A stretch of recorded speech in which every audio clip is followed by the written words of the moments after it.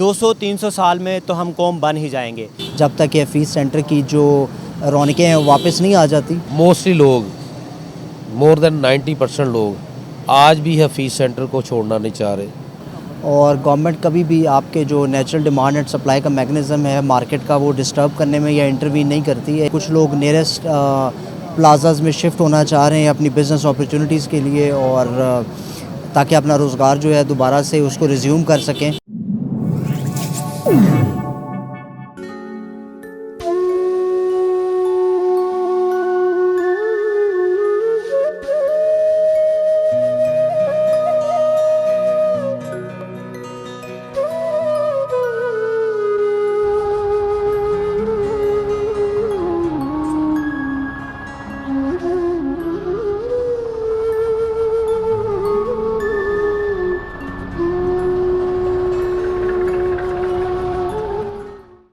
आज हम जिस टॉपिक पर बात करेंगे वो बड़ा थोड़ा सा हट के होगा, क्योंकि सानिया हफीज़ सेंटर से पहले जो गिरदोनवा के जो प्लाजे थे जिनके किराया जात जो थे वो बहुत कम थे, और जैसे वो किसी चीज़ का इंतज़ार कर रहे थे कि कब हफीज़ सेंटर में आग लगे और कब जो है हम 8-10 हज़ार के किराए को जो है वो 20-25-30 हज़ार रुपये में कर दें। ये हमारे पाकिस्तान में पहली दफ़ा ऐसा नहीं हुआ। हमारे पाकिस्तान में इससे पहले भी मजबूरियों के नाजायज़ फ़ायदे उठाए गए हैं। जैसा कि हम सब जानते हैं, जब भी रमज़ान आता है तो सब्ज़ियों और फलों के, खजूरों के रेट बढ़ा दिए जाते हैं।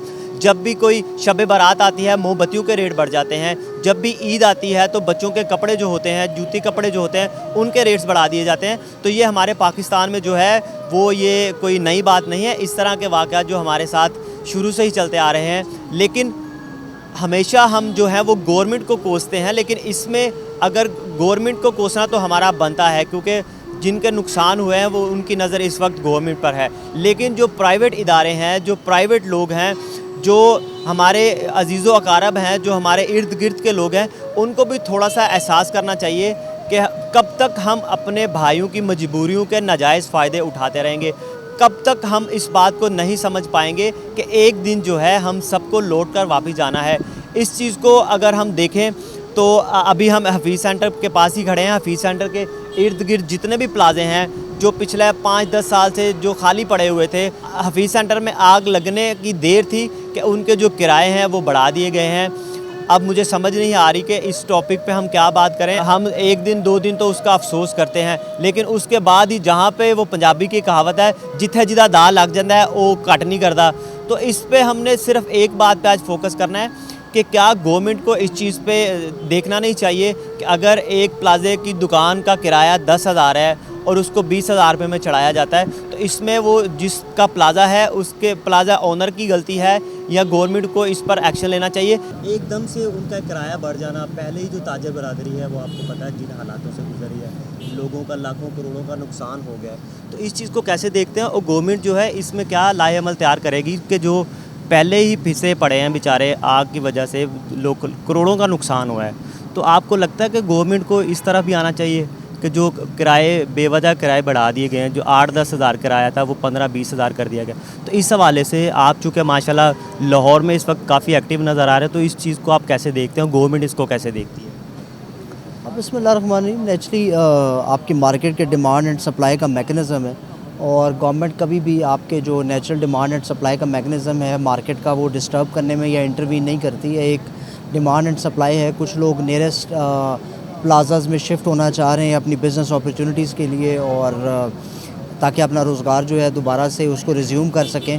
जब तक ये हफीज़ सेंटर की जो रौनकें हैं वापस नहीं आ जाती, तो इसमें कभी भी गवर्नमेंट उसमें इंटरवीन नहीं करेगी। अगर वो नियरेस्ट उनकी अपनी चॉइस है कि वो उन्हीं प्लाजाज में जो प्लाजाज एडजेसेंट हैं हफीज़ सेंटर के उसमें शिफ्ट होना चाह रही है, तो गवर्नमेंट की तो कतन इसमें कोई वो इंटरवेंशन नहीं होगी।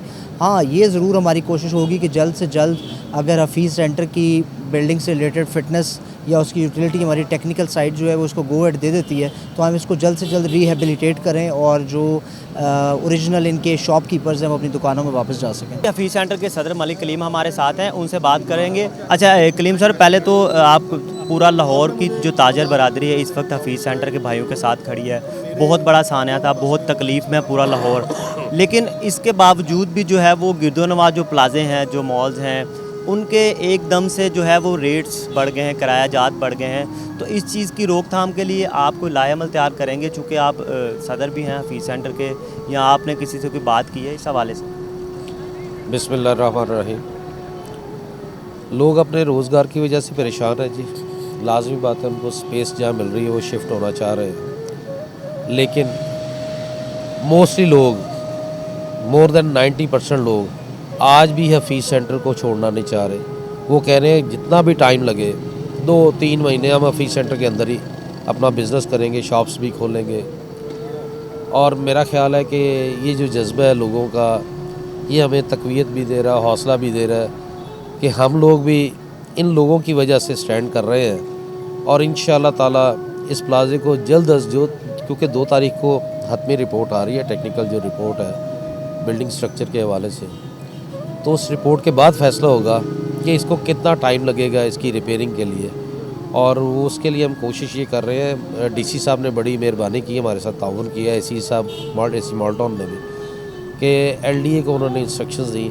ہمارا اندر سے صفائی کا مرحلہ شروع ہو چکا ہے جی, صفائی کا کام شروع ہو چکا ہے, اور صفائی کے کام کے بعد انشاءاللہ تعالی آپ کو پتہ ہے اس کے بعد سٹرکچر کے ری بلڈ کا کام شروع ہوگا, کیونکہ ہم سٹرکچر میں کوئی چینج نہیں کر رہے ہیں, ایز اٹ از سٹرکچر ہے, جس کی وجہ سے ہمیں ایل ڈی اے کے پاس نقشہ پاس کروانے کی کوئی ایسی چیزوں کی ضرورت نہیں ہے جس میں کوئی ابہام پایا جائے یا لیٹ ہو سکے. ریپیئرنگ ہے وہ انشاءاللہ تعالی جو ہی ٹیکنیکل رپورٹ آتی ہے ہم فوری طور پہ ریپیئرنگ سٹارٹ کریں گے, اور ہم اپنے تاجروں کو بتائیں گے کہ یہ کتنے عرصے میں ریپیئر ہوگا, کیونکہ اظہار والوں سے ہماری بات ہو چکی ہے. انہوں نے بڑا کمپریہنسو ہمیں بجٹ دیا ہے جی, اس سلسلے میں انہوں نے کہا کہ نو پروفٹ نو لاس پہ ہم کام کریں گے, ٹریڈرز کے لیے کام کریں گے, اور جو کام اگر کوئی اور کنسٹرکشن کمپنی آپ کو 3 مہینے کا ٹائم دیتی ہے تو ہم وہ انشاءاللہ 1 مہینے میں کمپلیٹ کر دیں گے. اور جو اس میں میٹیریل یوز ہونا ہے اس میں بھی انہوں نے بڑا ہمیں جی سپورٹ کیا. انہوں نے کہا کہ ہمارے پاس جو میٹیریل پڑا ہے وہ نو پروفٹ نو لاس پہ ہم وہ بھی انشاءاللہ آپ کو شیئر کریں گے. اچھا سر, یہ تو ہو گیا انشاءاللہ تعالیٰ, بہت جلد اللہ سے دعا ہے کہ حفیظ سینٹر کی رونقیں پھر سے بحال ہو جائیں گی. تو جو لوگ ابھی جب تک اس کا کام چلے گا, تو جو لوگ شفٹ ہو رہے ہیں جن کے کرائے, جن کو تھوڑے کرائے سے زیادہ کرایہ دیا گیا ہے, تو اس حوالے سے آپ نے کسی اونر پلازا سے کوئی بات نہیں کی ہے, اس حوالے سے نہیں آپ کی کوئی بات چیت ہوئی؟ دیکھیں جی, بحیثیت مسلمان یہی تو المیہ مسلمانوں کا, اور یہ آج کی بات نہیں ہے, یہ بڑا جب سے دنیا بنی ہے تب سے سلسلہ چل رہا ہے, خاص طور پہ مسلمانوں پہ یہ کو خاص پاکستانیوں کے نہیں جی, پوری دنیا کے مسلمانوں کا یہی حال ہے. پاکستان جب کرائسس میں ہوتا ہے تو آپ کے عرب کنٹری نے آپ کا کیا ساتھ دیا ہے, اس لیے یہ سارے مسلمان ممالک کا یہی حال ہے. آگے سے قوم بھی ویسی ہے کیونکہ ہمارے اعمال بھی ویسے. مشکل وقت میں مسلمانوں سے ہی سیکھا تھا, اور آج ہم پیچھے رہ گئے ہیں, وہ آگے نکل گئے ہیں, اور ان والے کام ہم نے پکڑ لیے, ہمارے کام انہوں نے پکڑ لیے. آپ کچھ کہنا چاہ رہے ہیں؟ یہ ٹیمپریری فیز ہے, اور ٹیمپریری کام کے لیے قیمت زیادہ بھی ادا کرنی پڑے تو کوئی مسئلہ نہیں ہوتا.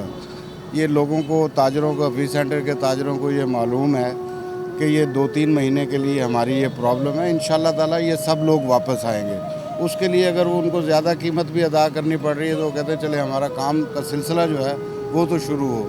پرماننٹ بیسس پہ آج بھی اگر وہاں شاپ لینے جائیں تو آپ کو اسی کرائے میں ملے گی. چاہے اسسٹنٹ کمشنر ذیشان رانجھا کی باتیں آپ نے سنی, اور حفیظ سینٹر کے صدر ملک کلیم نے بھی آپ کو بتایا.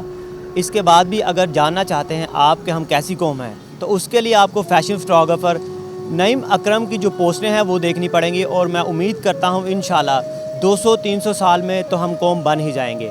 کیمرامین عثمان اشرفی کے ساتھ شیخ جاوید, پاک 360. دیکھتے رہیے ہمارا چینل پاک 360. لائک کیجئے, سبسکرائب کیجئے.